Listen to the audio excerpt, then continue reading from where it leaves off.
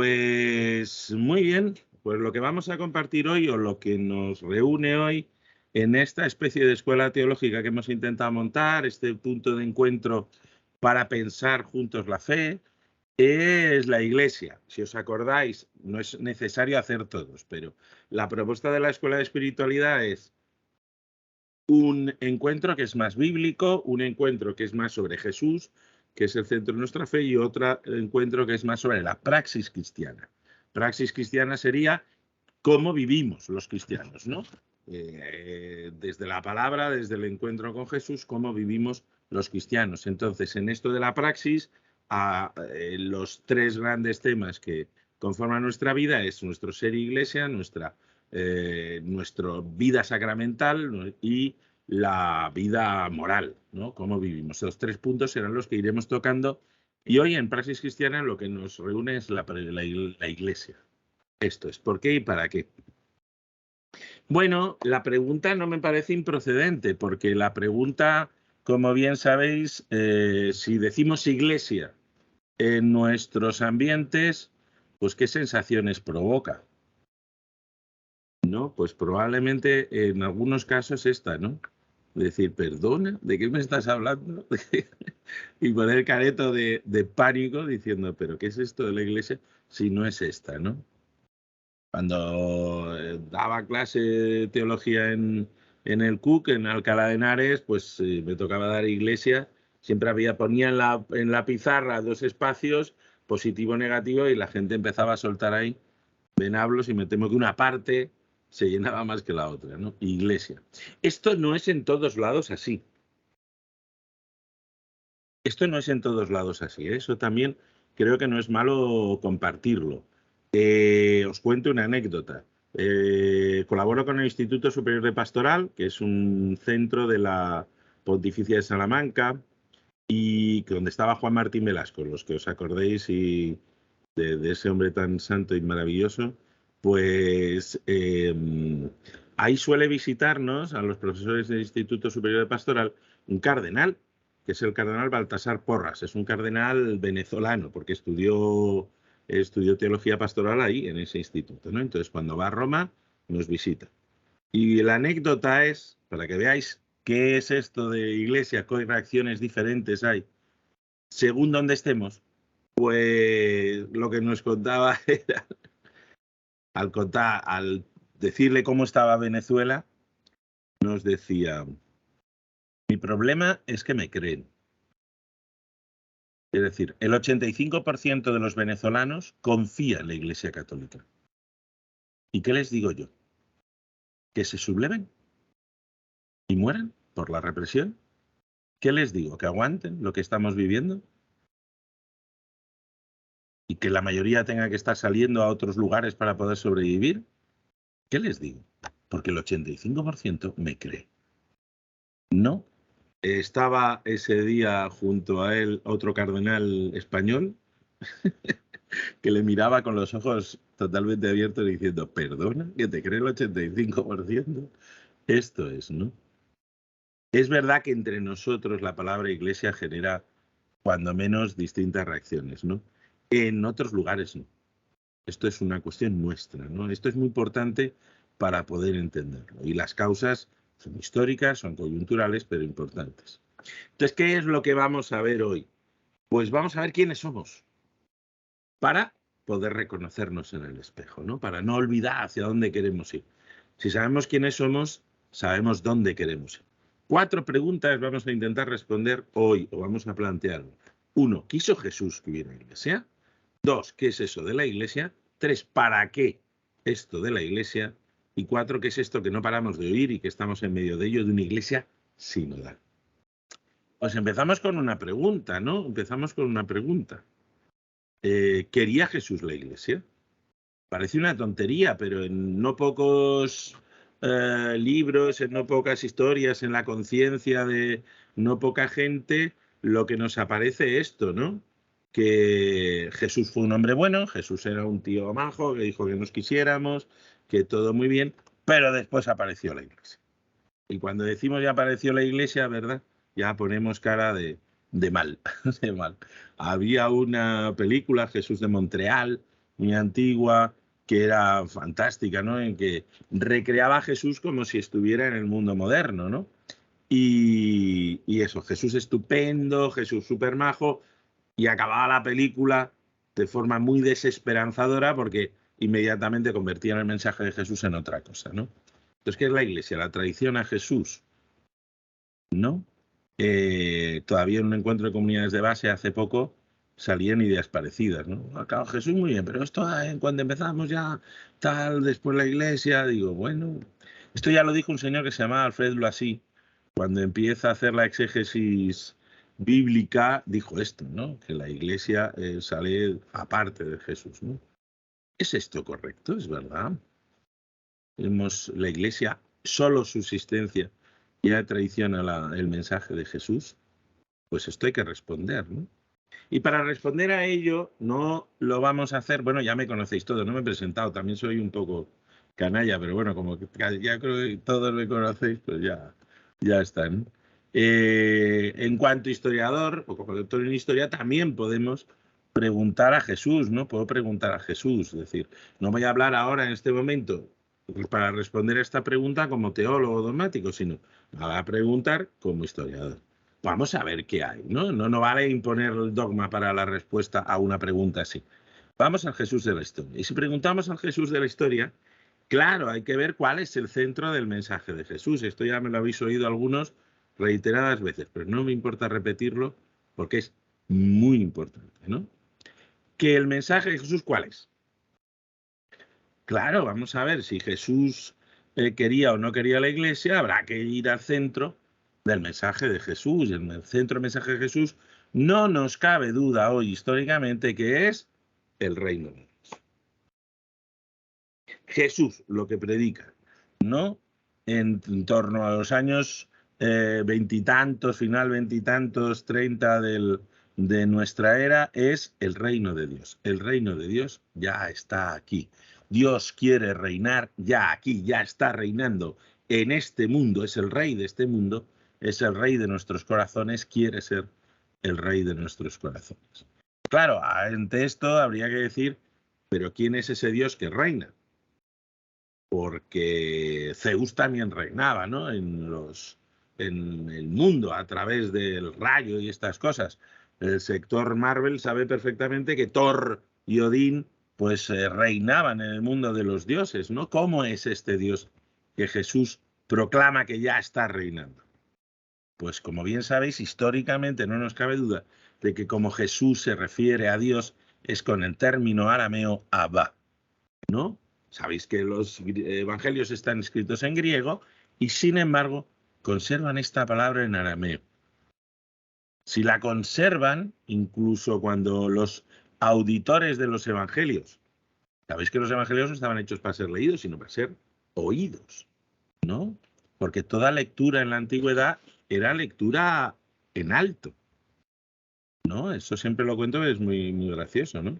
San Ambrosio de Milán en el siglo IV es el primero al que la gente flipaba con él porque decían, es que lee y no se le oye, porque leía para adentro, porque todo el mundo, todo, incluso cuando estaba solo, leías en alto, ¿no? Los evangelios están hechos para ser leídos en alto, para ser oídos, ¿no?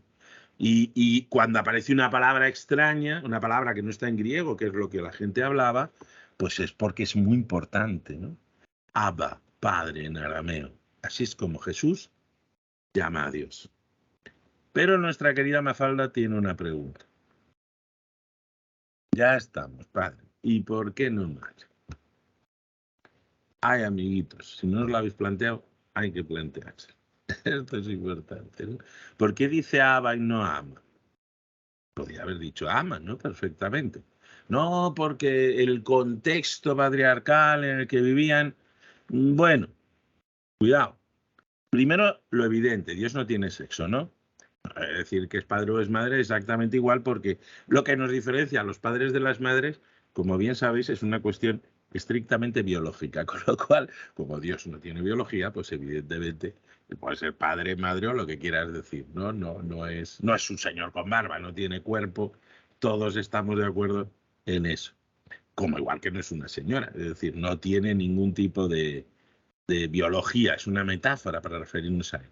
Pero fijaros, ya en el Antiguo Testamento, ese que a veces nos parece tan horrible, los profetas se dirigían a Dios como madre. Usaban la metáfora madre para referirse a Dios.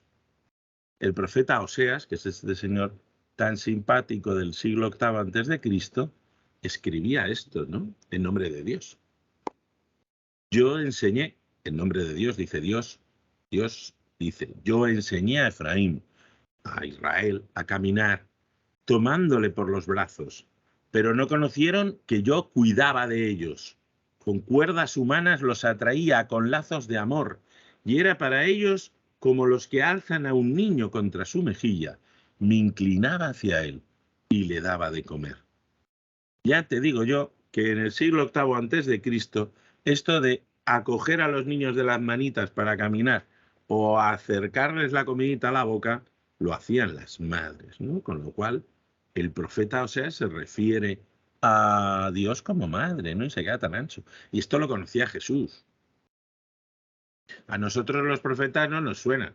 Pero si yo os digo, ahora entran aquí a la conexión 3 señores con barbas, uno blanquito, uno morenito y uno negro, que llevan coronas, que llevan camellos, que llevan regalos, pues todos decimos los Reyes Magos.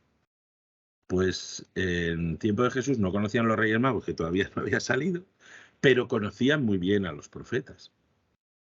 Pero muy bien. Igual que nosotros los Reyes Magos, ellos conocían los profetas. Con lo cual Jesús conoce de sobra este texto, ¿no? Y sin embargo decide referirse a Dios como Abba. Por algo muy importante. No porque Dios sea un señor con barba. Esto es muy importante para entender la Iglesia. Esto es importantísimo para entender la Iglesia, ¿no? Bueno, para entender toda la teología, para entender el cristianismo entero, ¿no? Para entender todo absolutamente, ¿no? Jesús habla de Abba por algo más importante.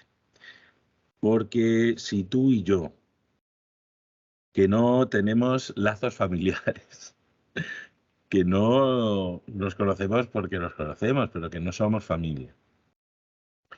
Si tú y yo rezamos la oración que Jesús nos enseña, que no es Padre mío, sino que es Padre nuestro, siempre, siempre, aunque estés tú solo en una esquina de tu habitación, lo que rezamos es Padre nuestro.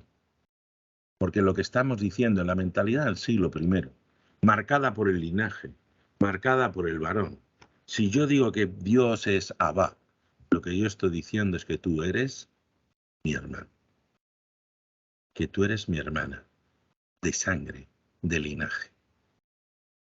Cuando explico esto siempre digo lo mismo, ¿no? Una vez me salió rana, pero no, que era, ¿cuál es tu primer apellido? Cojo a alguien que está en la sala y digo, ¿cuál es tu primer apellido? Y dice, Martínez. ¿Quién se llamaba Martínez? Mi papá. Dices, ¿ves?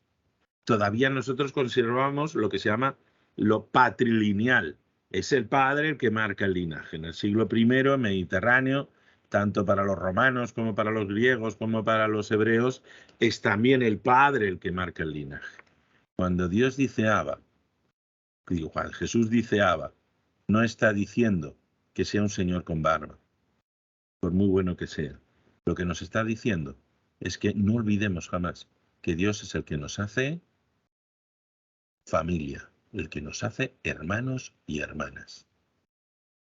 Es decir, pero de la misma y única sangre. Tú eres mi hermano de sangre. Por eso, si uno ve un niño sirio, ¿verdad?, muerto en una playa, ahogado por huir de la violencia, o se te revuelven las entrañas de ira, o no tienes corazón, ni eres humano, ni eres cristiano. Porque es tu hermano. Porque es tu hermano. Este es el mensaje de Jesús. El mensaje de Jesús no es un señor con barba arriba. El mensaje de Jesús es, tú y yo somos hermanos, hijos del único y mismo Dios. Esto es muy importante. Por eso 3 constataciones del Jesús histórico que nos dicen que claro que Jesús quiso la iglesia, que claro que hay iglesia, que es imposible de hecho ser cristiano sin ser iglesia. Fijaros la burrada que acabo de decir de cuarto y mitad kilo. Es imposible objetivamente ser cristiano sin ser iglesia. Ahora diréis, jolín, pues la inmensa mayoría dice creo en Dios pero no en la iglesia. Bueno, pues lo entiendo lo que quieren decir. Pero objetivamente es un absurdo esa frase, ¿no? Primera constatación, si el mensaje de Jesús es la fraternidad de los hijos e hijas de Dios, es que si Dios reina, tú eres mi hermano y yo me preocupo por ti, porque tú eres importante para mí. Pues si ese es el mensaje de Jesús, el mensaje de Jesús no es, oye, que hay un Señor que creó el mundo, también, pero todavía más importante, ese Señor que creó el mundo ni es Zeus, ni es Brahman, ni leches, es el que nos constituye fraternidad. Y si no acepto la fraternidad en mi vida, no hay reino de Dios, Dios no reina en mi vida. Por eso os acordáis, insistíamos, es que la imagen de Dios es que Dios es uno y trino. Dios es fraternidad en sí mismo. Esto es importantísimo, ¿no? Claro, ¿y qué es lo único que necesitamos para vivir la fraternidad? ¿Qué es lo único que necesitamos para jugar al fútbol? Una pelota, de acuerdo, ya tengo una pelota y estoy yo. ¿Qué necesito para jugar al fútbol? Pues a ser posible otros 10 tíos y un equipo contrario, ¿no? Porque si no, no juego al fútbol. Pues ¿qué es lo único que necesito para vivir la fraternidad? Pues hermanos y hermanas. Hermanos y hermanas. Claro, ¿cómo podemos hacer verdad del mensaje de Jesús solos? Pues como decían los clásicos, que no me lo invento yo, para que veáis que no estoy explicando cosas así muy modernas.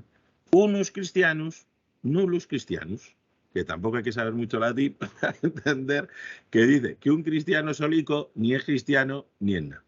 Pues esto es. ¿Por qué? ¿Por mala leche? ¿Por obligación moral? ¿Porque me lo dice el Papa? ¿Porque me lo dice no sé quién? No, porque es evidente. Porque ser cristiano no es creer en Dios un Señor con barba. Ser cristiano es aceptar el reino de Dios, aceptar el mensaje de Jesús, hacerse seguidor de Jesús, vivir lo que Jesús vivió. Fraternidad. ¿Qué es lo primero que hace Jesús cuando quiere empezar a predicar el reino de Dios? Lo primerito, coger un grupo de gente alrededor. ¿Sí o no? Hemos empeñados en que eran porque es que así ellos eran los discípulos que aprendían de no sé qué. No, coge un montón de gente porque si no, no hay fraternidad. Porque si no, no tiene ninguna lógica lo que va a decir. Porque si no, es absurdo. Sí que predicar que el reino de Dios empieza a rodearse de gente, empieza a rodearse de fraternos, de hermanos y hermanas. Que vean a la gente, que la gente pueda ver que Dios ya está reinando en el mundo. Unus Christianus, nullus Christianus.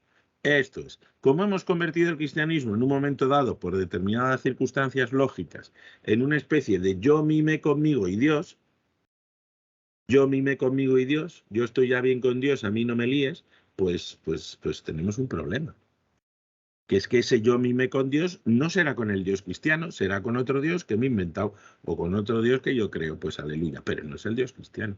Porque el Dios cristiano lo primero que te dice es soy fraternidad, genera fraternidad, vive fraternidad.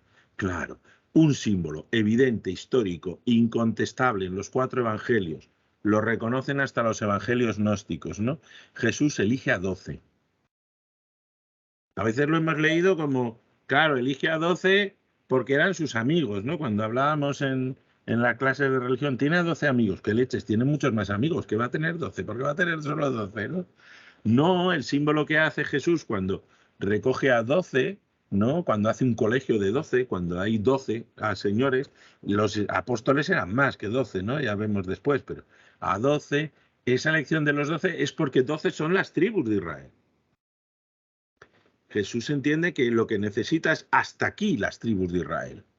Las tribus de Israel estaban marcadas por la sangre, no por ser hijo de Jacob. Si no eras hijo de Jacob no pertenecías a las tribus, no. Y tú te pertenecías a determinada tribu porque tu padre pertenecía a determinada tribu. Pues ya está, se acabó. Hay una nueva tribu, hay un nuevo pueblo de Dios, ¿no? En el que ya no está conformada por la sangre, sino que está conformada por la fe, ¿no? Todos los pueblos están reunidos en la fraternidad. Y elige a 12 señores, cada uno de su padre y de su madre, diciendo, mira, esto es lo que somos, esto es lo que estamos llamados a ser, ¿no? Un nuevo pueblo reunido en torno al reino de Dios, ¿no? Por eso es un signo profético de Jesús, ¿no? Importantísimo, histórico. Jesús no viene a decir seamos buenos. Jesús no viene a decir, oye, tú y Dios os montáis la vida. No, Señor. Jesús lo que viene a decir es, si tú estás con Dios, generamos un nuevo pueblo, generamos una nueva fraternidad. No generamos, hacemos verdad, que Dios ya está reinando.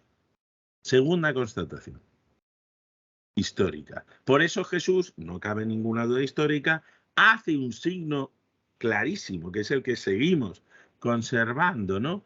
¿Qué es ese signo histórico del Jesús histórico que no cabe duda? El banquete. Jesús le acusan de comedor y bebedor, ¿os acordáis? Lo cual no está mal como acusación. No, cuando Jesús, ahora veremos, ¿no? Está en Jerusalén y se lo juega todo, sabe que se juega la vida, escoge un signo. ¿Qué signo? Pues el signo de Isaías 25. Cuando Jesús proclama que Dios ya está reinando, lo que está diciendo es la esperanza de Israel, la esperanza de los profetas, ya se tiene que cumplir. Y esta era la esperanza de Isaías. Ahora ya ve a todos los pueblos en este monte un convite de manjares frescos, convite de buenos vinos, manjares de tuétanos, vinos depurados. Consumirá en este monte el velo que cubre a todos los pueblos y la cobertura que cubre a todas las gentes. Consumirá la muerte definitivamente. Esto, señores, en tiempo de Pascua, esto es verdad. Enjugará el Señor Yahvé las lágrimas de todos los rostros y quitará el oprobio de su pueblo, de sobre toda la tierra, porque Yahvé habla. Esto, dice Jesús, ya está aquí. Todos los pueblos del mundo ya están llamados a la fraternidad universal, a reconciliarse en Dios, a consumir a la muerte definitivamente y a que Dios por fin dejemos que enjugue todas nuestras lágrimas. Esto se cumple ya. Por eso Jesús, cuando está en Jerusalén, donde manda el sumo sacerdote del templo, cuando ha hecho el signo del templo, lo mal llamada la expulsión de los mercaderes del templo, ¿no? La expulsión de los mercaderes, que lo que quiere decir es que este templo no puede ser un templo en el que excluye, un templo en el que las mujeres y los extranjeros entran hasta aquí, en que después solo entran los varones, que después solo entran los sacerdotes, que después solo entra el sumo sacerdote. Un templo en el que si compro un buey para el sacrificio me quitan más pecados que la pobre viuda que echa un óvulo. Ese templo no es del reino. Ese templo no es fraternidad. Ese templo no merece la pena. Destruiré este templo y lo reconstruiré en 3 días. Y 3 significa plenitud.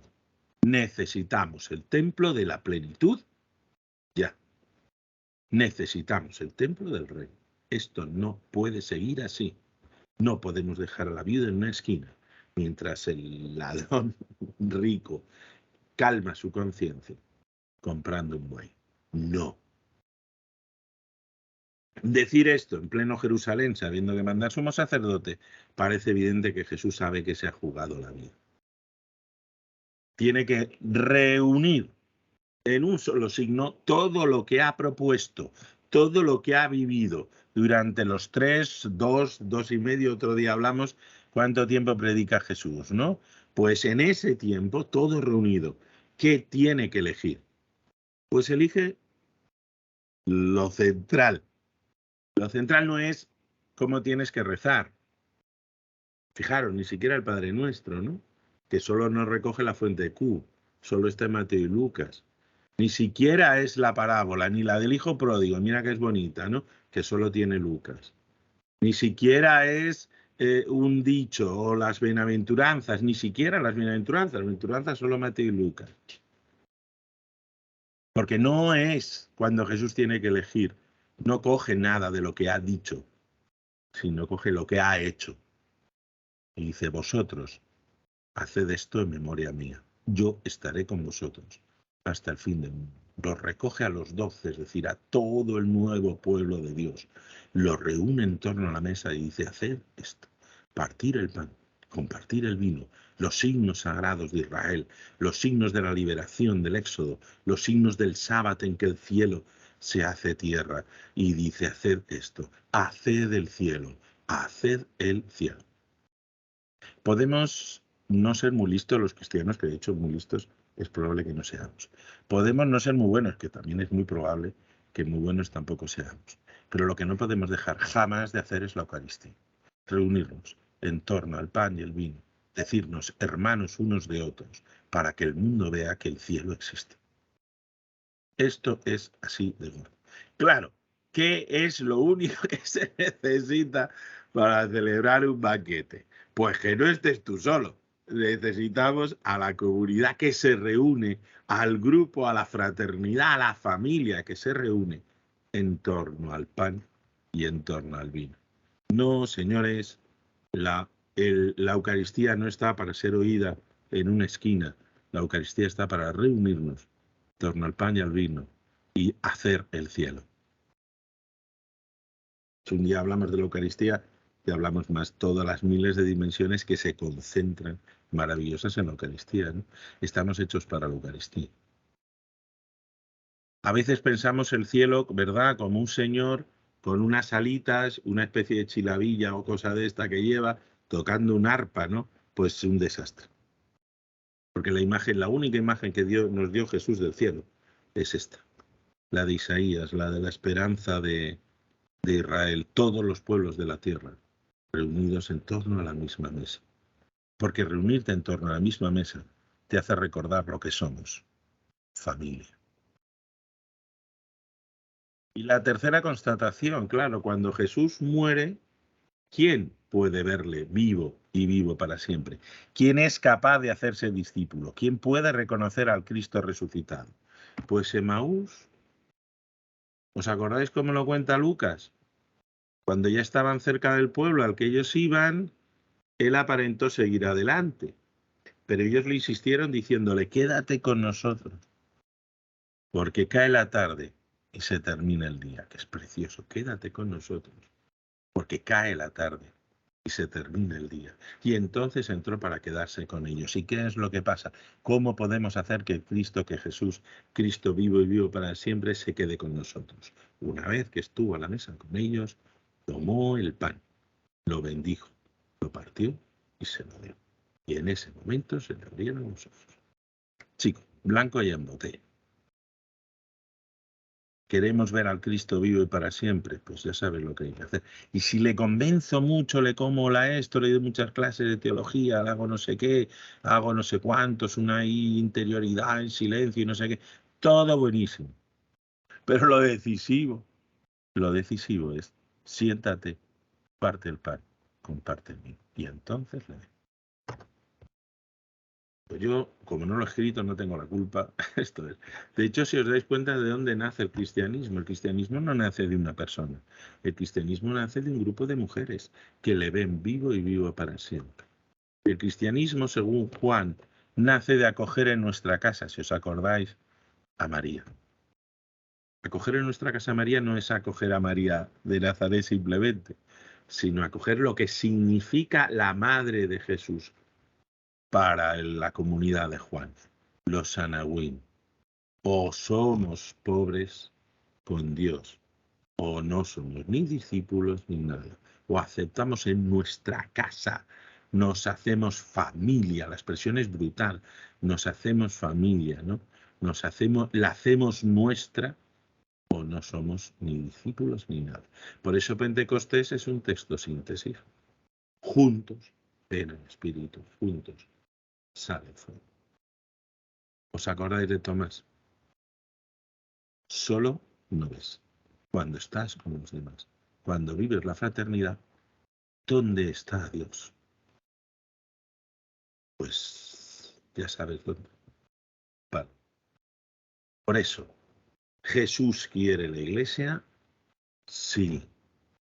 De hecho, no es posible ser cristiano sin la dimensión de estar contigo, de decirte tú eres mío, yo soy tuyo, juntos caminamos.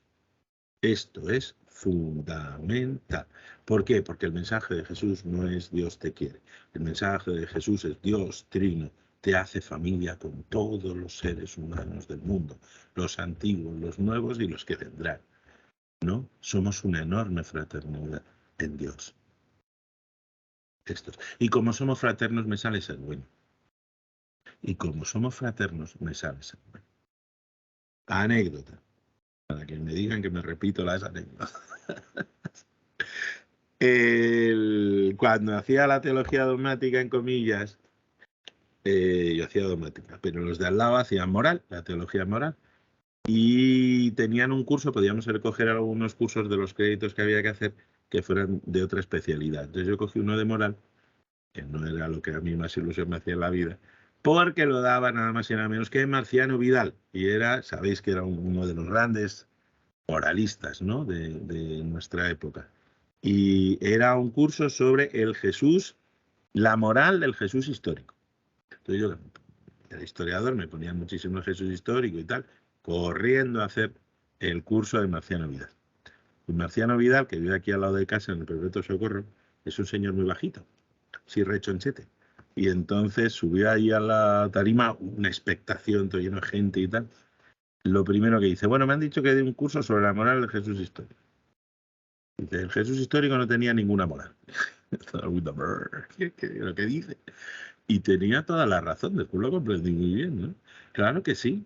O sea, no hay ningún planteamiento moral. El planteamiento moral viene después de aceptar el reino. Si acepto el reino, si sé que tú eres mi hermano, si sé que vosotros sois mis hermanos y mis hermanas, la forma de vida con vosotros, mi moral será distinta. Lo que me saldrá del corazón es cuidaros, ¿o no? Pero es que es tan evidente, pues esto es, ¿no? No llegamos a Dios por la moral. En Dios descubrimos la moral.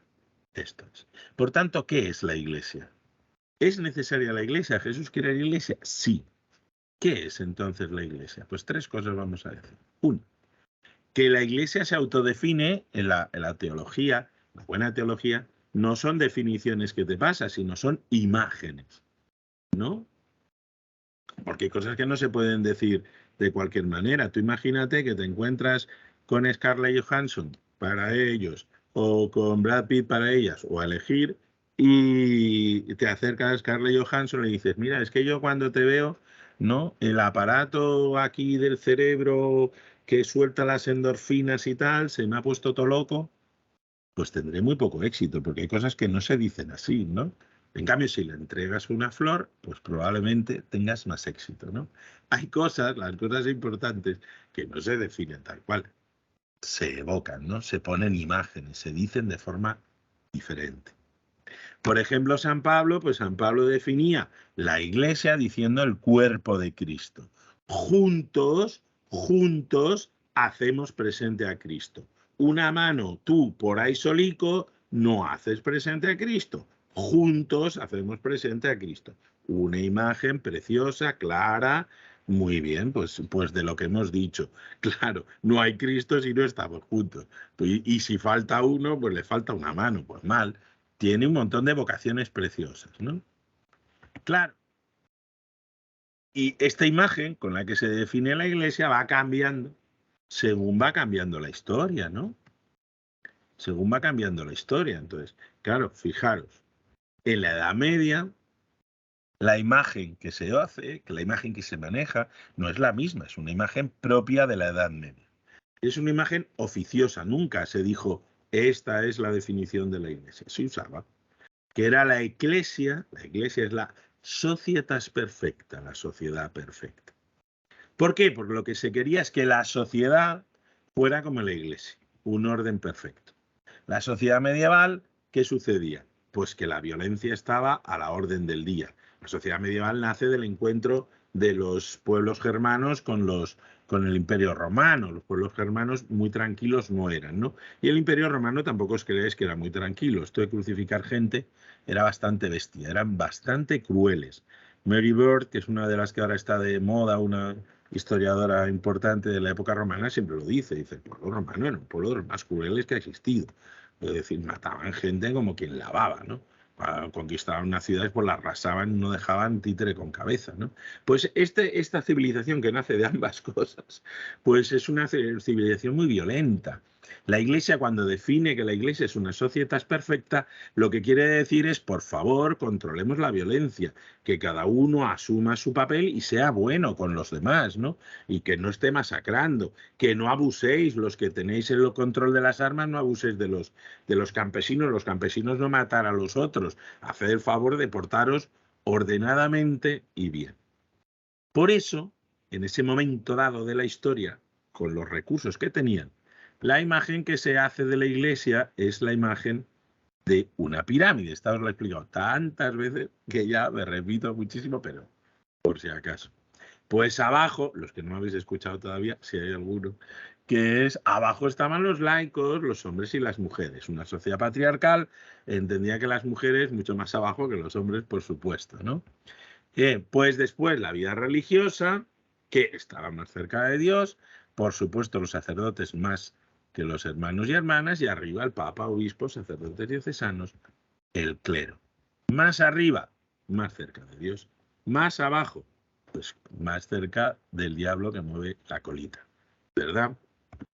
Y esto era más arriba, más abajo de la escala, pues más santidad, más poder, más conocimiento, más dignidad. Más abajo en la escala, menos santidad, menos poder, menos conocimiento, menos. ¿Cuántos santos laicos hay? Si lo comparas con clérigos o con religiosos, vamos, la minoría absoluta. Y si coges mujeres laicas, ya ni te cuento. ¿No? Esto es. Por en un ejemplo tonto.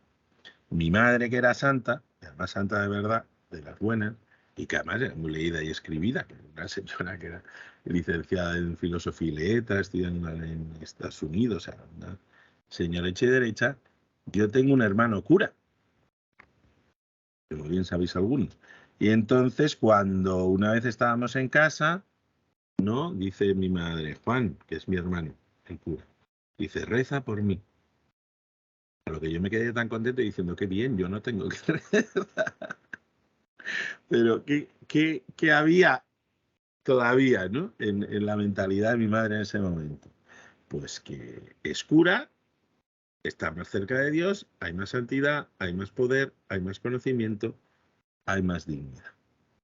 La imagen medieval, ¿no? Este señor, un señor simpaticísimo, el sobrado de los monjes, San Bernardo de Claraval, ¿no? Que mira que era un tío simpático y majo y tal. San Bernardo de Claraval, en una de sus obras, pone este ejemplo. Mirad, la iglesia es como un barco que se hunde, ¿sí? Y hay que llegar a la tierra firme. Fijaros tú qué imagen también un poco pesimista de la realidad. La iglesia es los medios para salir de este barco que se hunde y llegar a la tierra firme. Y decía, el clero, la vida en su caso, ¿no? El clero religioso, que era clero religioso, amparado porque es clero y además tiene votos, va en la barca, con remos, desde el barco que se hunde hasta la tierra firme. Hay que hacer esfuerzo, puede llegar. Dice, el clero que no tiene votos, el clero que no es religioso, que en la Edad Media era un clero un poquito especial, no, el clero no religioso va con un salvavidas desde el barco que se hunde a la tierra firme. Esto ya gana en emoción, ¿no? Ahí con el patito de goma, ahí peleando hasta llegar a la tierra firme. Y decía, por fin San Bernardo, y los laicos tienen que ir a nado, sin ninguna ayuda y con la ropa puesta desde el barco que se hunde a tierra. Es decir, lo tienen crudo, ¿no? Por eso, no pocos nobles, cuando llegaba ya eran mayores y veían que se iban a morir, cogían el hábito de religioso, ¿no? Para ver si así conseguían acercarse, subían posiciones. ¿No? Esto es un modelo. Pero ya no vivimos en esta época. Esta época tuvo en un contexto, ¿no? Que hemos contado muy rápidamente y muy mal, pero vaya. Pero hay otra lectura, que es la del Vaticano II, ¿no? El Vaticano II es un concilio de la Iglesia sobre la Iglesia, ¿no? Dos grandes ejes, la Iglesia ad intra, la Iglesia ad extra, la Iglesia que se define a sí misma, la Iglesia que se define ante el mundo. Ahora sí hay una definición de la Iglesia. Por primera vez en 2000 años sí que la Iglesia oficialmente, no oficiosamente como la Iglesia Semper, sino el oficialmente da de sí una imagen oficial, porque la otra es de San Pablo, que está muy bien, además está recogida en la palabra y todo precioso. Pero por primera vez la Iglesia se reúne y se dice a sí misma quién es. Y la definición que se da es, la Iglesia es el pueblo de Dios en camino, en comunión de vocaciones.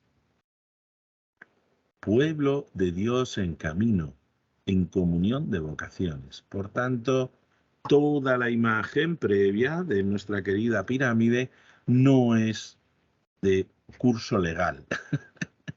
No es de curso legal. Pueblo de Dios en camino, en comunión de vocaciones. Y no es una imagen nueva, porque esta imagen es de raíz bíblica, como todo lo que hace el Vaticano II. El Vaticano II vuelve a las raíces bíblicas que durante mucho tiempo, sobre todo por la influencia del miedo a la reforma, habían sido olvidadas en la Iglesia Católica, ¿no? Vuelve a lo bíblico. Porque eclesía, el verbo, el nombre griego de iglesia, castellano, eclesía, traduce otro término, que es el término hebreo cajal. ¿Qué era el cajal? La asamblea del pueblo. Cuando está en el éxodo en camino, cuando está el pueblo reunido caminando por el desierto, es el cajal. Esa es la eclesía. La iglesia no es un club romano. La iglesia no somos un club. Que somos los que pensamos que el credo lo decimos juntos y ya está. No, no, el credo es una invitación a vivir. No, no somos un club de fútbol, no somos un club por intereses comunes. Somos los que queremos vivir como familia, como el mismo pueblo. El mismo pueblo significa que tú y yo reconocemos que somos hermanos del mismo linaje. Nos reconocemos hermanos. ¿Y hermanos cómo? En camino hacia la tierra prometida, con una misión común. No somos familia para ser familia, somos familia como las familias cristianas. Uno no se casa para sí, uno se casa para los demás. Se casa con una misión, que el mundo vea que Dios existe, que el mundo vea que Dios es fraternidad. Y queriéndonos marido y mujer, y queriendo a nuestros hijos, queriendo a nuestra gente, siendo una familia abierta, el mundo vea que Dios existe. No somos un club de ideología. Estamos llamados a reconocernos familia para una misión. Que el mundo vea que el reino existe. Sin iglesia vamos de cráneo cuesta abajo. ¿Sí? Entonces yo cuando oigo, no, es que a mí la fraternidad, el grupo maestro de encuentro, no sé qué, es que no me llena, es que no... A mí me se abren las carnes. Yo lo digo así de bestia, pero, perdón, os pido disculpas, soy muy bestia. Me se abren las carnes. Es como si mi hijo me viene y me dice, no, que he pensado que ya esta familia, tú ser mi padre, no me llena. ¿Pero qué me llena? Ni me lleno, ni me llena. ¿Pero de qué me estás hablando? No estamos juntos para estar llenitos unos de otros. Estamos juntos para ser familia, para reconocer lo que somos, familia, y siendo familia, anunciar al mundo una misión.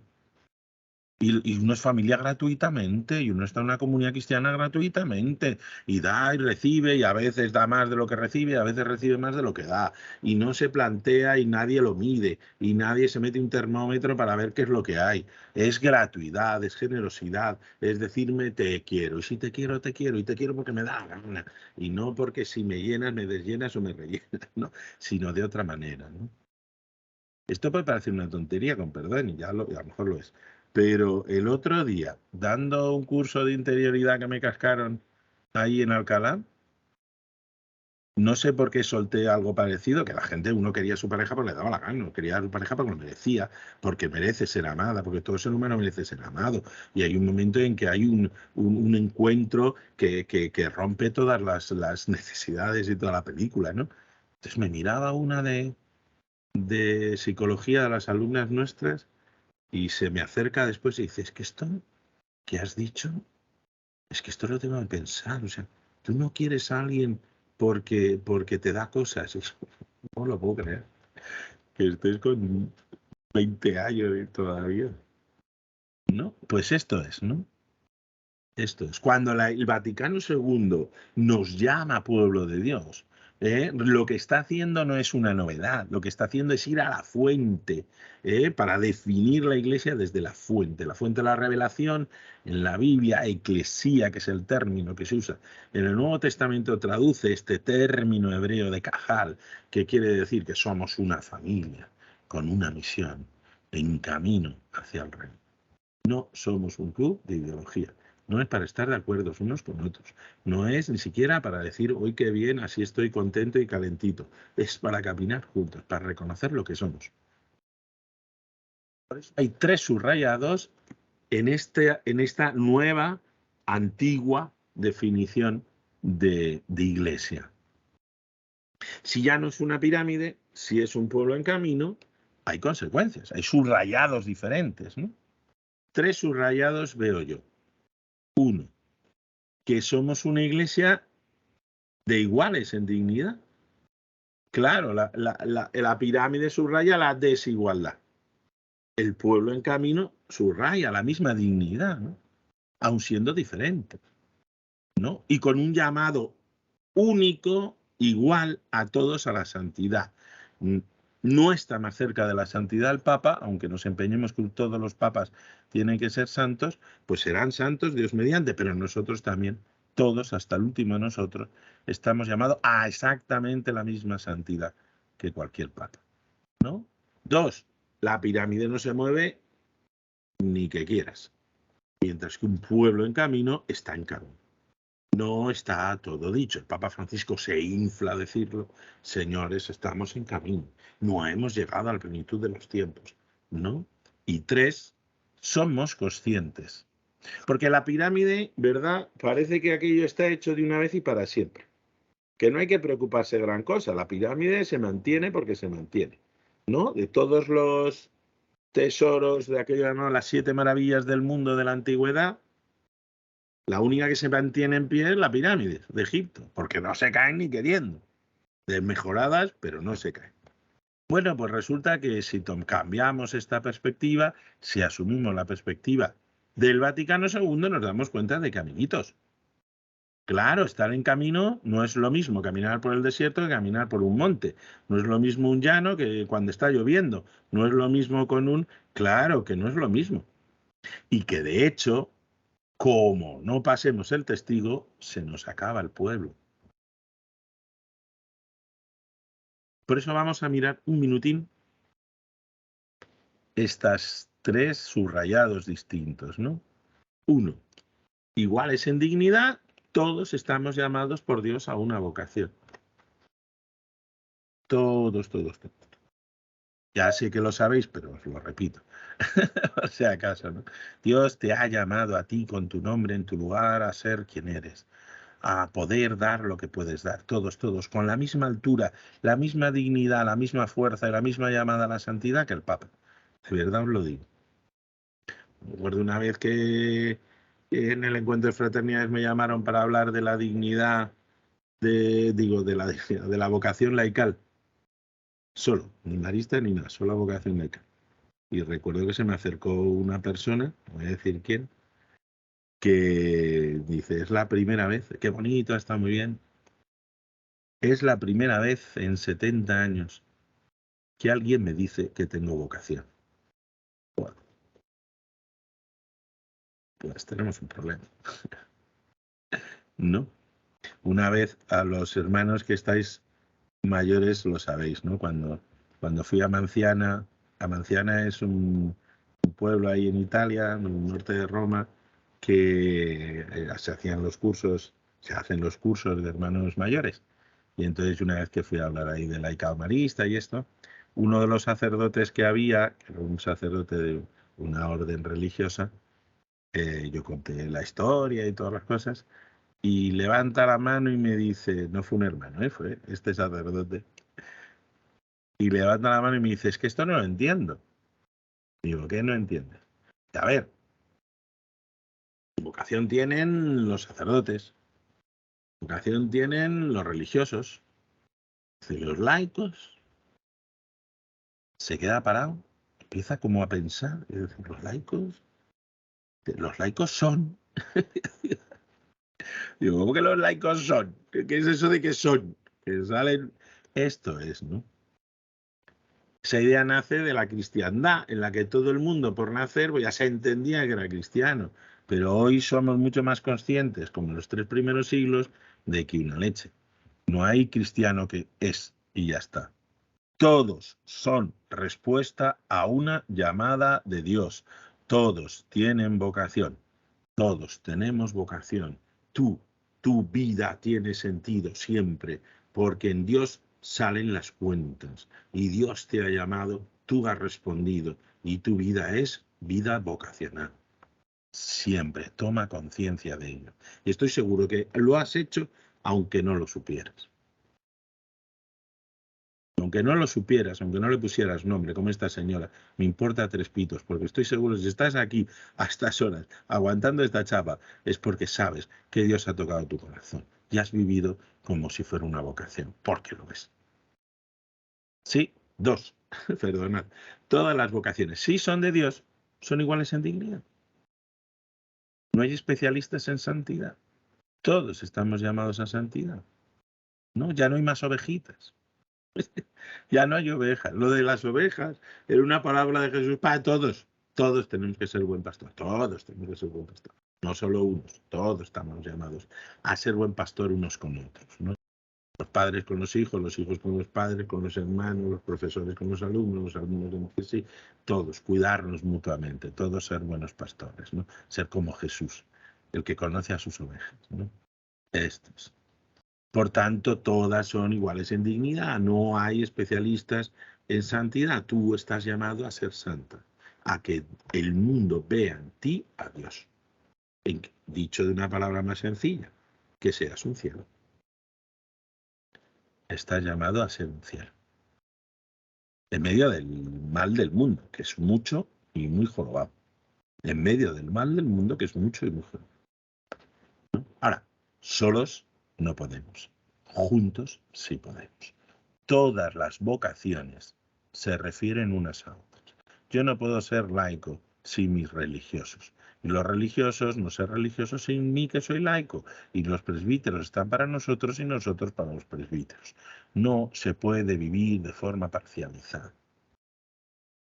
¿no? Sino formando un puzzle. ¿Sí? La expresión que yo he acuñado y que constantemente digo es que la radicalidad de vida de los hermanos maristas en su consagración religiosa me recuerda todos los días mi propia radicalidad, mi propia llamada a vivir en Dios y desde Dios todos los segundos de mi vida. Ay, pero tú eres laico. Pues justo por eso. Porque tengo vocación como ellos tienen la suya. ¿Será igual? No, de forma distinta. Formas de vida diferentes, pero con la misma radicalidad. Y tengo la firme esperanza de que nuestra forma de vida laical, radical, ilumine y ayude a los hermanos a vivir su propia radicalidad religiosa. Y juntos nos apoyamos. Y juntos el mundo nos ve y dice, jolín, ¿cómo se quieren? Metidos uno en su casita y el otro en la otra casita y cada uno mirándonos de refilón, la gente no dice, mirad cómo se quieren. Joder. No, una anécdota. Una profesora de Alcalá que bueno, ha pasado en nivel de creencias por todos los lados que ha querido, ¿no? Ha sido musulmana muchos años, se casó con un musulmán, se hizo musulmana, ahora se separó, no tenemos muy claro qué es, pero nos decía Oye, vosotros, esto aquí en Maristán, vosotros sois los más progres de la iglesia, ¿no? Yo la miraba diciendo, ¿pero qué dices? ¿Pero qué estás diciendo? Dice, es que esto que vivís, así, los hermanos con los laicos, tal, esto no lo he visto en ningún lado, ¿no? Podemos seguir viviendo parcializados o podemos decir nos queremos. Siendo diferentes, nos queremos. Y entonces resulta que el mundo dice, joder, esto sí merece la pena. Las pilas. Segundo, subrayado. Primero, el que decíamos, iguales en dignidad. Segundo, estamos en camino. Es verdad que la iglesia es docente. Docente significa que enseña cosas. Hombre, tenemos, a mí, yo siempre lo digo, la gente cada vez que hablo de teología, la gente se pone del hígado, ¡hala, qué horror, no sé qué! Estoy ahí en RPJ, en los escolapios, intentando una escuela de teología para jóvenes. Bueno, teología. Todo parece que es un horror. Coño, llevamos 2000 años de sabiduría. Tenemos una sabiduría milenaria, algo podemos decir. Jolín, somos humildes, pero algo podemos decir. Jolín, 2000 años y somos conscientes de la revelación de Dios, somos pequeñitos, inútiles y todo lo que quieran. Pero coño, algo podremos decir. Proponemos la verdad de Dios trino. Lo proponemos con toda humildad, pero proponemos. Pero también, a la vez que somos docentes, somos, el término exacto es discentes, que es aprendemos. Esto lo he dicho, docente y discente, no por ir de guay, sino que es el término técnico que dice la Iglesia. Es decir, lo que estoy explicando no es modernidades, son cosas de lo más dogmáticas de toda la vida. Por tanto, somos una casta meretrix, que decía San Agustín. Casta meretrix ya sabéis traducirlo, ¿no? Casta, pues casto, y meretrix, pues eso. Una vez en Alcalá les puse lo de casta meretrix y les pregunto, ¿y qué es meretrix? Y me dice, ¡chas! Es una señora que enseña a niños. Yo digo, no, eso va a ser institutriz. No, meretriz es otra cosa, guapo, ten cuidado que la voy a liar. Casta meretriz, sí señor, decía San Agustín, porque es verdad que tenemos el mensaje de Cristo, que tenemos la verdad profunda de la realidad del ser humano, pero también es verdad que, madre mía, las que estamos liando y qué horror lo que estamos haciendo. Y eso también es verdad, las dos cosas. Por eso el Papa Francisco ha recuperado una expresión que era ya muy antigua de las primeras comunidades, que después la usaron mucho los protestantes y entonces ya nos pusimos de los nervios y no quisimos usarla, pero que ahora el Papa Francisco recupera. Ecclesia semper reformanda. La iglesia está en reforma constante. La iglesia está en reforma constante. Siempre está en reforma. Un chiste que quería haber dibujado con Borja era iglesia abierta por reforma. No está cerrada por reforma, está abierta por reforma. Gracias a Dios. No hemos llegado. No hemos llegado. Ser parte de este pueblo. Cuando estamos diciendo a nuestros chavales, a nuestros ojanas y a todas estas criaturas maravillosas que se unan a nosotros, que sean cristianos, que caminen con nosotros, que les queremos, que queremos como hermanos pequeños, que los queremos un montón. Lo que le estamos diciendo no es que se unan a un club. Lo que le estamos diciendo es que se unan a un pueblo que está cambiando la historia. Cambiando la historia, no quito un ápice. Ni siquiera solo cambiando la iglesia, cambiando la historia.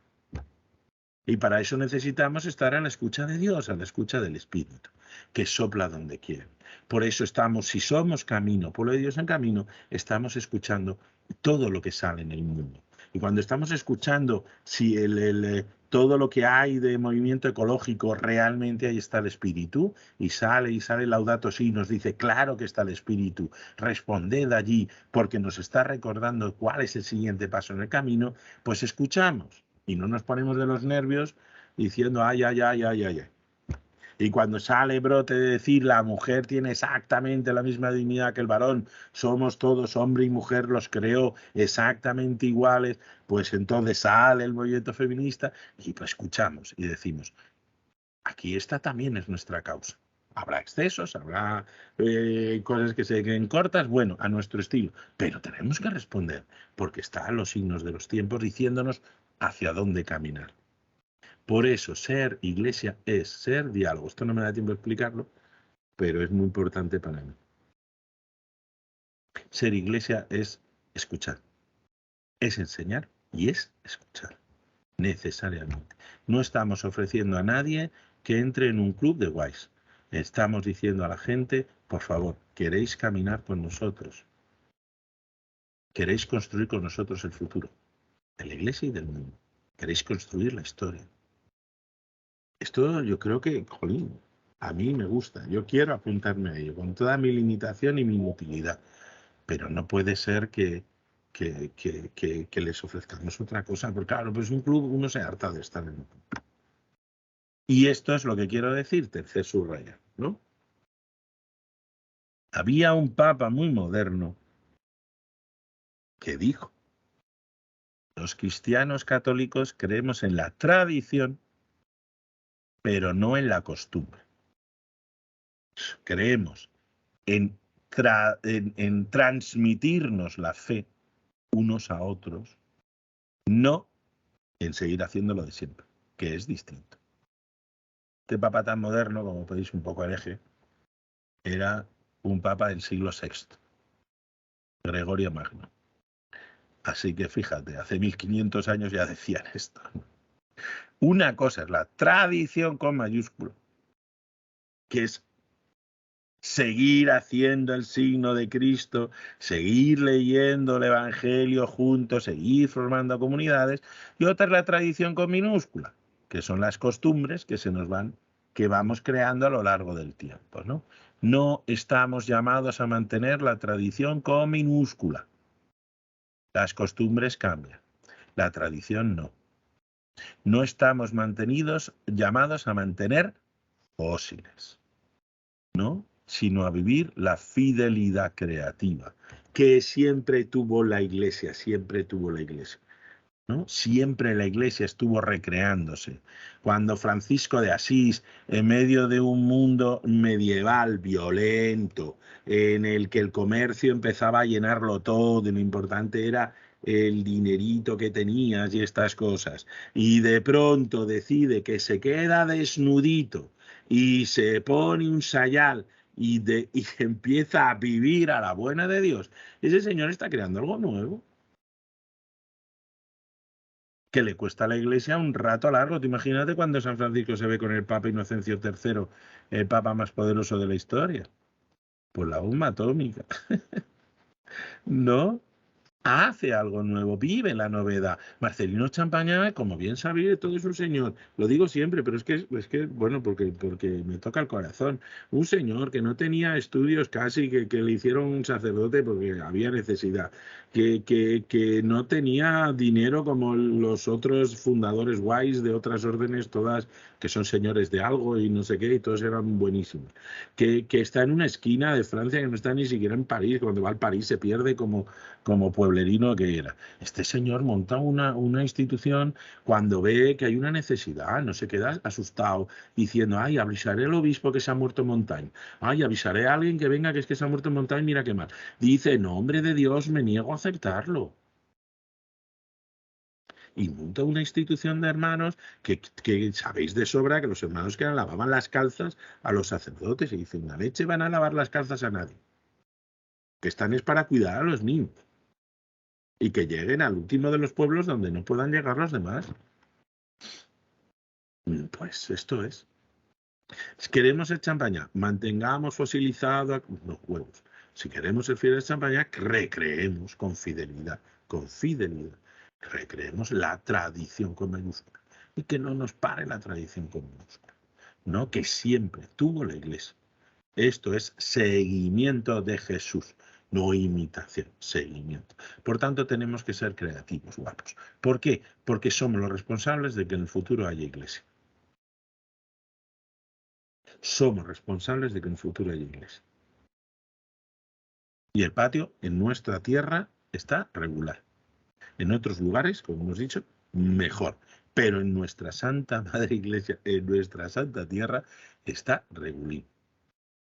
Pues necesitamos creatividad para ser responsables del futuro. No les estamos diciendo a nuestros jóvenes venid a repetir lo de siempre. Venimos nuestros jóvenes a venir, vamos a crear el futuro. Desde la nada, no, desde la tradición cristiana, desde 2000 años de sabiduría, pero vamos a recrearlo. Esto es importante. Claro, la pirámide no lo necesita. La pirámide coge lo mismo y ahí pim, pam, y año tras año. Estupendo. Esto es, ¿no? Ahora bien, todo lleva su ritmo, ¿no? El otro día en el curso del Escorial de Pastoral Educativa del Mundo Mundial, eh, una chiquita que va a ser la delegada de Pastoral del Colegio de Málaga, más maja de las pesetas, después de una exposición que hice, le dije, bueno, ¿cómo lo resumís y tal? Y me dice, lo que más me ha impactado, somos la primera generación. Digo, eso es. Así hay que vivir. ¿Cuál es el paso que tenemos que dar esta generación? ¿Qué es lo nuevo que tiene que hacer? ¿Qué es lo que no, pero no por hacer algo nuevo, sino porque nos lo pide Dios? ¿Qué nos pide Dios que hagamos hoy, aquí, ahora? ¿No? Digo, esto es, ¿no? Y no es fácil, porque venimos de un mundo en el que el concepto de iglesia que teníamos era el de la pira. Y podemos decir, sabéis que los historiadores, lo he contado 1000 veces, decimos los de la escuela de Anal, los de la escuela de mentalidades francesa, de Jacques Le Goff, Georges Duby y esta gente, diferenciamos dos formas de leer el mundo. El ser humano, decimos, lee el mundo en dos formas. Por un lado, la ideología. Por otro lado, la mentalidad. ¿Qué es la ideología? La ideología es el sistema consciente de ideas. Yo soy del Madrid, yo soy del Atleti, yo soy del Zaragoza, yo soy del Atleti Bilbao, que es lo suyo. Yo soy de derechas, yo soy de izquierdas, yo soy del centro, yo soy para adentro, ¿no? Consciente. Soy consciente de que eso. Pero por debajo hay otra cosa que se llama mentalidad. Mentalidad es aquello que tenemos tan introyectado que es inconsciente y que nos constituye, no nos damos ni cuenta. Cuidado con llevar una pirámide en la cabeza aunque no te des cuenta. No, claro, esto de laicos maristas, ya, pero esto es muy heavy, esto así, no. Laicos es otra cosa, ¿no? Nosotros, pues sí que estamos. Bueno, pues levántate y comprométete. Si quieres crear el futuro, si quieres estar en novedad, si quieres jugarte, coño, juégate la vida. Ser laico es una vocación, no es un deporte, no es una cosa a tiempo parcial, es a tiempo completo. Coño, levántate y anda, macho, ¿no? No, tal, es que todo esto de tal, no, aquí los que valen son los de siempre. Háztelo mirar. ¿Me entendéis lo que quiero decir? Claro, ha pasado más de 60 años del Vaticano II, pero todavía estamos intentando hacernos cuenta, hacernos tomar en nuestras manos lo que dijimos, ¿no?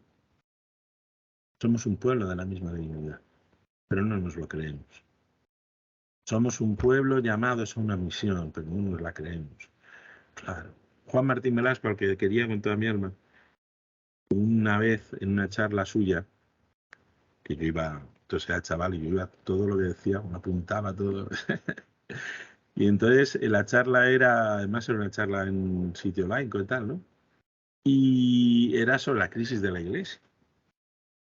Y yo que venía todo lleno de sociologías, que me gustan, ¿no? No, porque era el cambio social, no sé qué, todo un montón de sociologías, el Peter Berger, Luckman, no sé qué.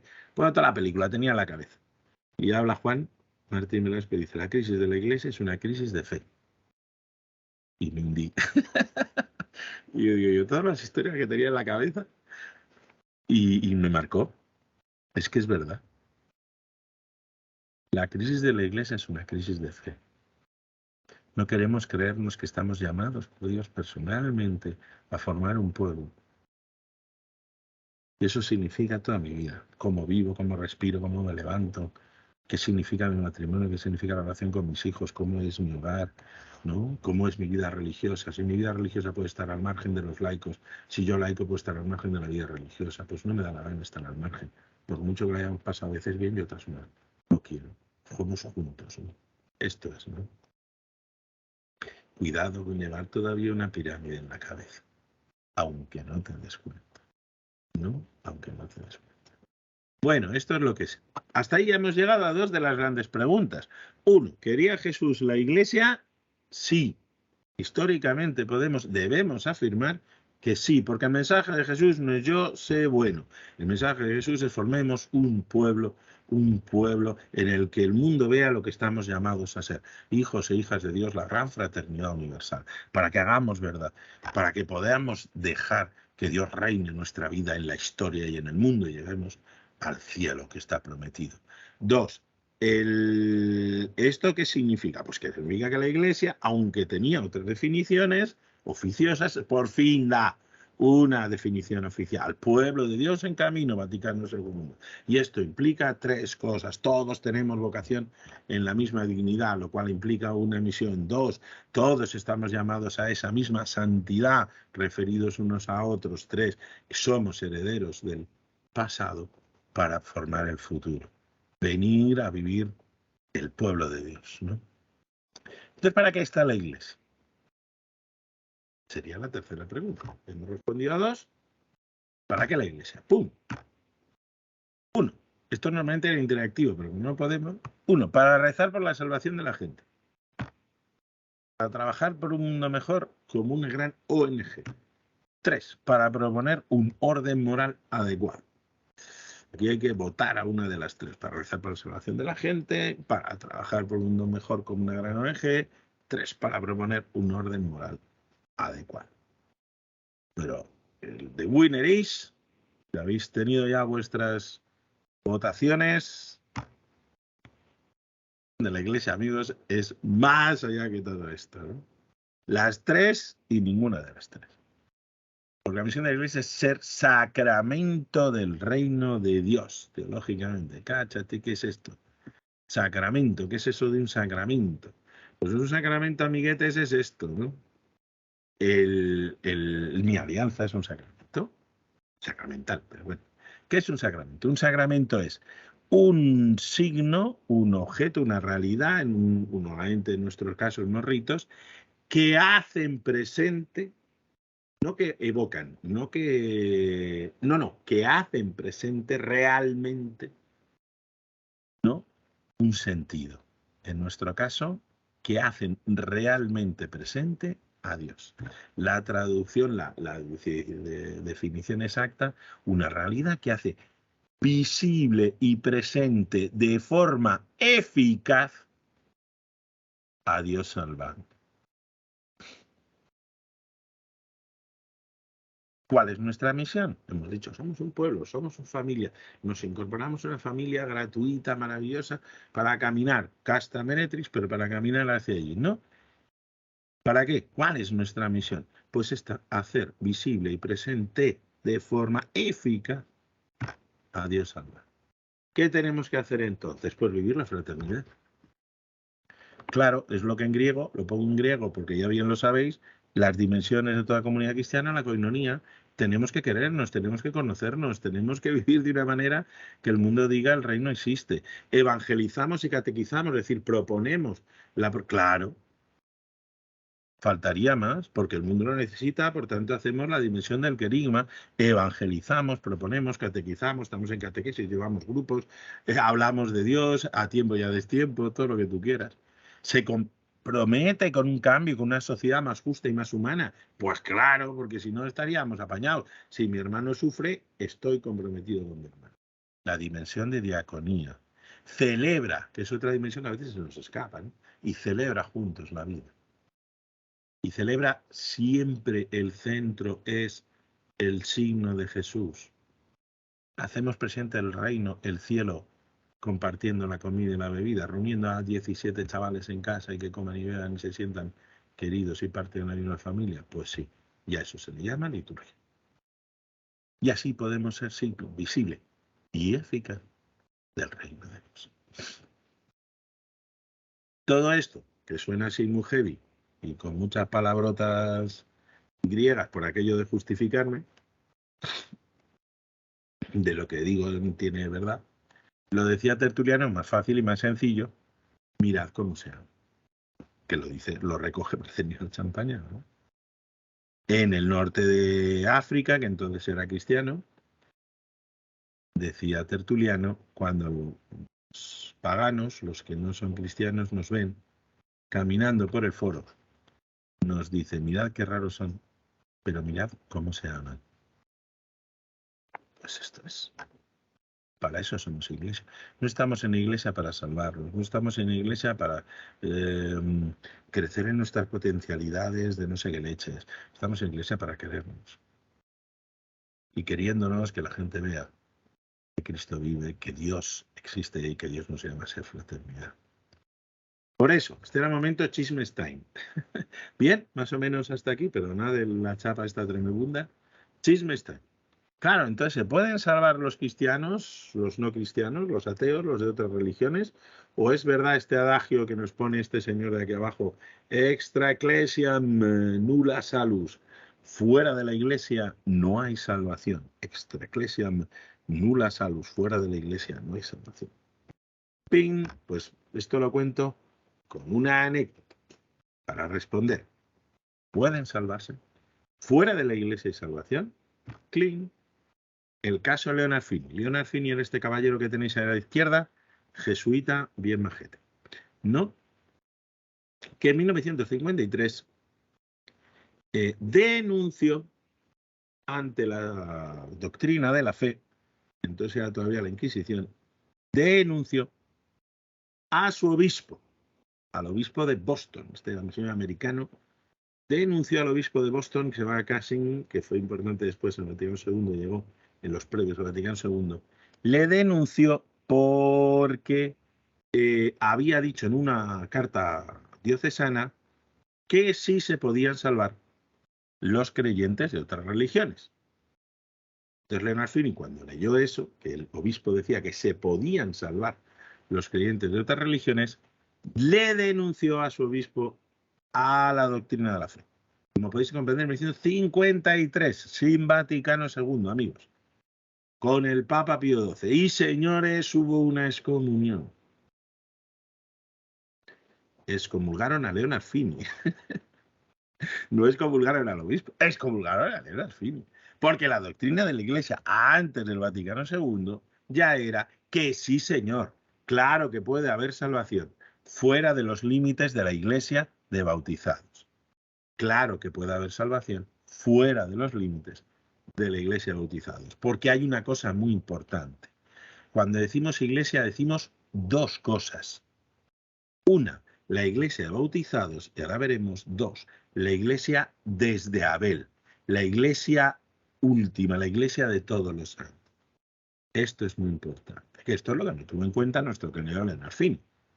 Como podéis comprender, al final el Leonard Fini se puso en una situación absurda, que era, yo digo que fuera de la Iglesia no hay salvación, yo digo fuera de la Iglesia no hay salvación, y por decir eso me dejan fuera de la Iglesia. Por tanto, ¿se salvaba Leonard Fini o no? Ahí tiene su punto. O sea, yo digo, fuera de la iglesia no hay salvación y me echan de la iglesia, me quedo fuera de la iglesia. ¿Me salvo o no? Según yo mismo, no me salvo. Es una cosa un poquito heavy, ¿no? Y veis, lo que he puesto a la derecha es su lápida. Bueno, después al final se reconcilió con la iglesia. Bueno, se hacen estas cosas, gracias a Dios, en que todo el mundo se apoye unos a otros y tal. Pero cuando pusieron la lápida, que es esa que tenéis a la derecha, como veis abajo del todo, pone extra ecclesiam nulla salus. Hay gente dura de cerviz, pero bueno, esto es, ¿no? Esto es lo que os quería comentar con esta historia de esa salvación. Vamos a ver, cuando digo iglesia hay dos acepciones. Una es la iglesia de bautizados, de la que llevamos hablando todo el rato. La iglesia, signo visible del reino, la iglesia de los que hemos asumido el reino de Dios en nuestra vida y juntos como una familia anunciamos al mundo que el mundo vea que es posible la fraternidad. Pero fuera de este mundo hay otra iglesia, la misma iglesia, una iglesia en dos dimensiones, una dimensión más profunda de la iglesia. Y lo pongo en latín para que veáis que no me lo invento. Iglesia ad Abel, desde Abel. ¿Quién era Abel? Aparte de nuestro provincial actual, Abel es el primer creyente, ¿no? ¿Os acordáis de Caín y Abel? El primer justo, el primero que vive como Dios quiere, ¿no? Por eso se habla, como metáfora, de la iglesia desde Abel. No, desde el primer, justo, desde la primera persona que ha dado, ha respondido a lo que somos. Fraternidad. Ha respondido a lo que somos, imágenes de Dios uno y trino, ¿no? Por eso, junto a la iglesia de bautizados, amiguetes, hay una enorme iglesia, la comunidad que forman todas las personas de buena voluntad que han respondido a lo que todo ser humano es, imagen de Dios, Trinidad. Todos los que han respondido al reino de Dios en nuestra vida, todos los que han vivido la fraternidad. Cuando hablamos de la comunión de los santos y nos ponemos de pie, hablamos de la comunión de los santos, no hablamos que estamos en comunión solo con nuestros santos oficiales, sino con todos los santos que en el mundo han vivido, los anteriores, los de ahora y los que vendrán, porque estamos unidos profundísimamente en Dios. Dicho de otra manera, que sepas que jamás estás solo. Que sepas que jamás estás solo. Que si estás intentando con buena voluntad, con todos nuestros límites y dificultades, con toda nuestra incapacidad, intentando responder a Dios en medio de un mundo injusto, en medio de un mundo violento, en medio de un mundo competitivo, nunca estás solo. Estás unido en Dios a la comunión de todos los santos y santas de este mundo que hacen que el mundo todavía tenga esperanza. ¿Sí? Nunca, jamás estás solo. El otro día nos contaba una persona, aquí ya no quiero decir el nombre, que ahora está empezando a entrar en la fraternidad nuestra, y nos contaba cómo vive. Ella trabaja para una empresa, además de energías renovables, que es una cosa muy loable, pero en un mundo de una competencia brutal. En que nos contaba, es que yo, si enseño lo que sé a otro para ayudarle, ese otro inmediatamente me va a querer echar del puesto.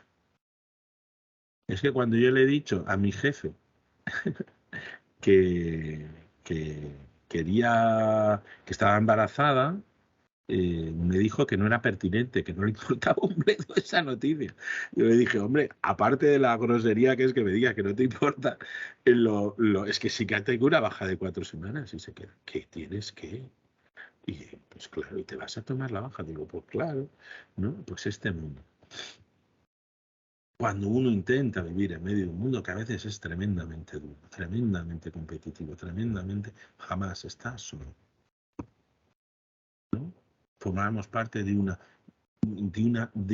encuentro, de una comunión muchísimo más grande que solo nosotros. No somos iglesia solos. Somos iglesia, por eso los papas desde el Vaticano II se empeñan en que un montón de documentos los dirigen ¿a quién? A todas las personas de buena voluntad del mundo. Porque no estamos solos. No, hacer iglesia no nos aparta del resto de la humanidad, nos coloca junto al resto de la humanidad. Nos hace la misión de hacer visible a ese enorme conjura silenciosa de gente buena que está haciendo que el mundo vaya. Ser iglesia no te separa de nadie, ser iglesia te pone en la más profunda comunión con todas las personas de buena voluntad. Pues claro que se salvan, todo aquel que responde al reino de Dios. Si la salvación es Dios, todo aquel que deja que Dios reine en su vida está en la salvación. Pues todo aquel que responde a la fraternidad universal. ¿Os acordáis de aquello, no? A Jesús una vez, no me lo invento, Jesús le pregunta una vez, Jesús decía las parábolas cuando alguien le hacía una pregunta. Después los evangelistas, como no podían hacer eso porque se hacía muy largo, los colocan todos juntos todas las parábolas, ¿no? Pero en la historia real, Jesús era como buen rabí, lo que hacía era, respondía con una parábola a una pregunta. Entonces un día le preguntan a Jesús, Jesús, todo esto del reino de Dios, muy bien, muy bonito, muy amplio. Pero, ¿cuáles son los criterios de evaluación? ¿Verdad, amigos educadores? Criterios de evaluación. A mí todo esto es muy bonito, pero criterios de evaluación. Como no habían inventado todavía los exámenes, que solo se inventaron los chinos, Jesús puso una parábola en que en vez de un examen, puso un juicio, que eso sí tenía, ¿no? El juicio universal, Mateo 25. ¿Cuál es el criterio para saber si estoy en el reino o no? Y el criterio, ¿os acordáis de Mateo 25, el juicio universal? ¿Cuándo estoy en el reino? ¿Cuándo me ponen a la derecha? Pues cuando diste de comer al hambriento, cuando diste de beber al sediento. Pero si yo no te conocía, ¿y qué más me da? Porque lo que nos hace, ¿no?, pertenecer a la iglesia Abel, a Dabel, la que nos hace responder a la humanidad de Dios, al reino de Dios, es vivir como un hermano, como tu hermano. ¿Os acordáis el prójimo? ¿Quién es mi prójimo? Pues hay un señor herido, pasa un sacerdote, pasa un levita y pasa un repugnante samaritano, que no es familia de él, nada, mientras que el sacerdote y el levita sí, son hijos de Abraham, por tanto familia, linaje de este señor tirado en la calle, y este samaritano que no es de su linaje, que es un despreciable, que es, se para y le cuida. Y Jesús dice, ya sabéis lo que es vuestro prójimo, ¿verdad? Pues esto. Por tanto, y ahora llegamos ya al final, ¿no? ¿Cuál es la misión de la Iglesia? La misión de la Iglesia es ser humanidad con la humanidad, pero la humanidad con mayúscula, ¿no? Con la humanidad que responde a Dios. Es ser signo visible, ser un sacramento eficaz para que la gente se una a esta enorme conjura de los hijos e hijas de Dios que quieren llevar el mundo hasta su plenitud. Estamos unidos a todas las personas de buena voluntad. Vivimos para ellas, con ellas, en alianza con ellos. No estamos al margen de ellos. No estamos formando un club al margen de los demás. Somos un club para vivir con los demás, ¿no? Esto es importantísimo. ¿Y qué es esto? Cuarta idea. Entonces, de la Iglesia sinodal. Pues la Iglesia sinodal, de la que nos invita el Papa Francisco, y sabéis que estamos en un mega sínodo sobre la sinodalidad, lo que quiere recordar es todo esto. El Papa Francisco, que es un tío serio, lo que quiere es recuperar, porque ha quedado en estos años muy escondida esta cara de la Iglesia.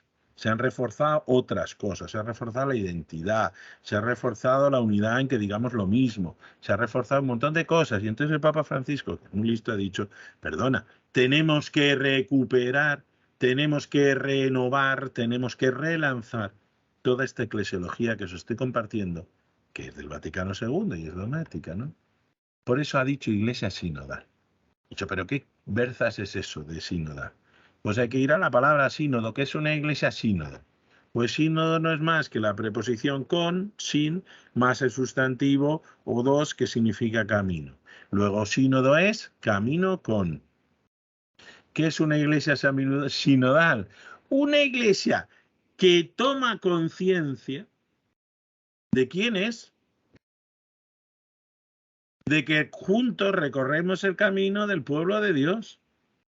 Una iglesia sinodal, como decía San Juan Crisóstomo, no es más que una redundancia.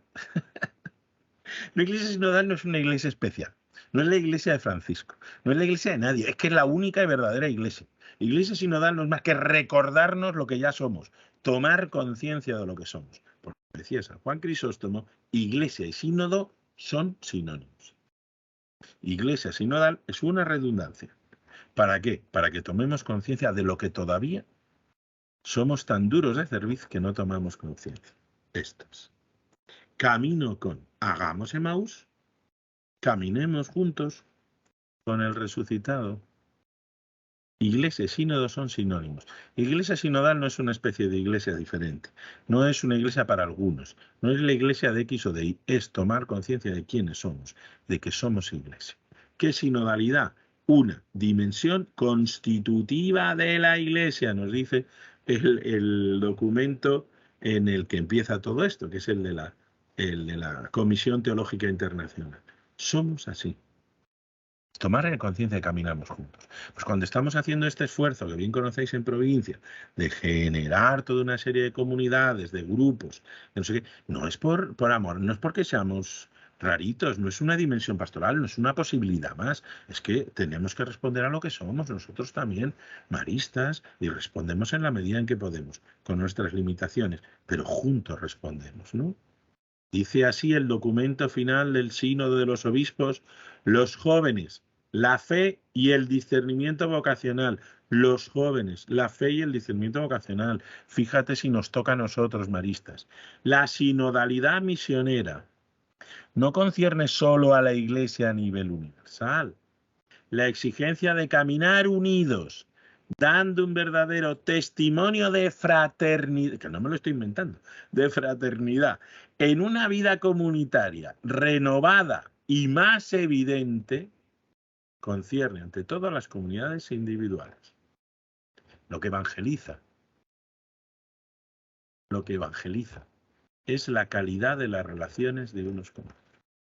Esto nos dice la Santa Madre Iglesia en el último de los sínodos hasta este siguiente. Lo que evangeliza es la caridad, que nos queramos unos a otros.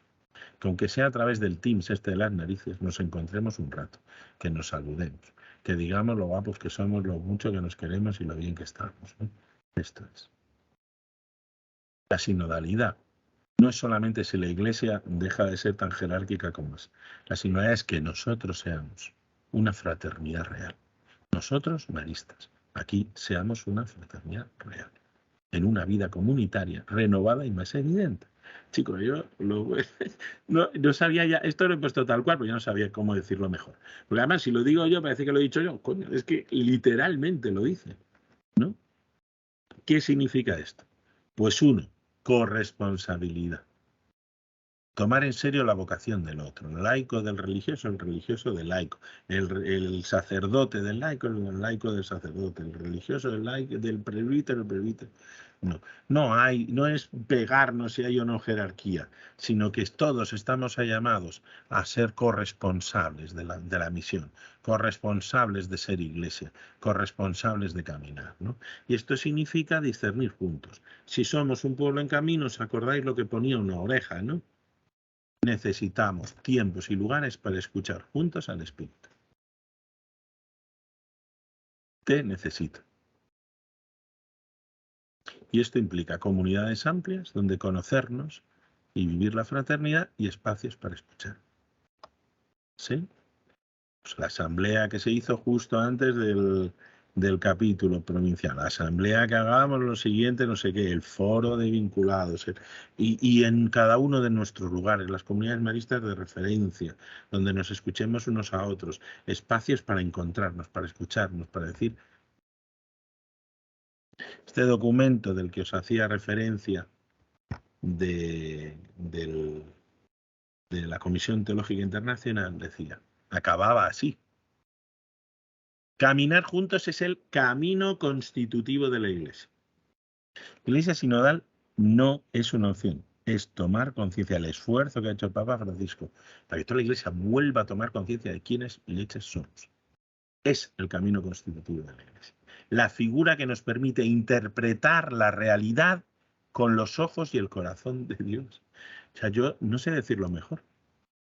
Si no somos iglesia, no podemos fraterna, real, no podemos ver la realidad con los ojos y el corazón de Dios. No podemos ver los ojos y el corazón de Dios si no estamos juntos. Es la condición para seguir al Señor Jesús y ser siervos de la vida en este tiempo herido. Respiración y paso sinodal revelan lo que somos y el dinamismo de comunión que anima nuestras decisiones. Solo en este horizonte podemos renovar realmente nuestra pastoral y adecuarla a la misión de la Iglesia en el mundo de hoy. Si no somos Iglesia, si no renovamos nuestro ser Iglesia, nuestro compromiso vocacional radical y nuestro compromiso fraterno de seguir al Cristo, al reino de Dios, solo entonces así podremos afrontar la complejidad de este tiempo. Agradecidos por el camino recorrido y decididos a continuarlo con parresía. Toma palabra. Parresía significa en griego decirlo todo. Confianza, franqueza y valor para responder a las necesidades de este. Confianza, franqueza y valor para decirlo todo. Para compartirlo todo. Y entonces el mundo vea que hay esperanza, incluso en medio de la que tenemos montada. Incluso en esta especie de apocalipsis, de guerra, enfermedad y muerte que nos rodea. Pues todavía hay esperanza, todavía hay esperanza. Y esto nos hace, como buenos maristas, tomar conciencia. Y esto, otro día, cuando hablemos de Mariología, profundizaremos en ello, que María es madre de la Iglesia y que María camina con nosotros. De hecho, no hay Iglesia sin María. Sin los Sanahuim de este mundo, sin aquellos que, aunque no comprenden, responden un sí con toda su vida, un sí que conforma su vida y todos los días lo guarda en su corazón, todos los días escucha y transforma su vida desde la palabra de Dios, ¿no? Decir tu nombre, María, es decir que el reino viene caminando con la historia. ¿Sí? Podemos ser María, podemos ser maristas y encantarnos María y tener una espiritualidad mariana porque tenemos multitud de imágenes marianas y eso es bueno. Porque tenemos multitud de devociones marianas y eso es bueno. Pero las imágenes y las devociones nos apuntan a otra cosa. A que ser de espiritualidad mariana es saberse parte de madre de un enorme pueblo, fraterno, vivir la fraternidad y escuchar a Dios hacia la plenitud. Bueno, guapísimos, yo he dado la matraca más que mucho. Y por eso acabo con esto. Como ya hace tiempo que no me sacan en estas viñetas, me he colado para recordarte que pase lo que pase, aunque esto haya sido un palo de mucho cuidado, aunque no hayas podido estar, aunque te hayas dormido, me da 3 pepitos. Que pase lo que pase, que sepáis que Dios siempre va a estar queriéndonos, que más allá de todas las historias hay esperanza. Muchísimas gracias, guapos. Pues Eso es muchas gracias, Chema, de verdad, por Sí, todo gracias lo a que ti. nos aportas. Un beso a todos, cuidaros muchísimo, ser felices, Eso. seguimos unidos en la oración, seguimos unidos en las redes, a animaros a participar en esto, en lo que queráis, pero que nos sigamos Eso. encontrando, Javier, Eunate, las múltiples glorias, todo el mundo. Seguimos en red, seguimos haciendo iglesia y juntos no vemos al... Si estamos solos no vemos al resucitado, pero juntos sí. Muchísimas gracias, Chema. Gracias. Muchas gracias. Besitos. Gracias a todos. Gracias. Chao. Adiós. Muchas Chao. gracias. Adiós.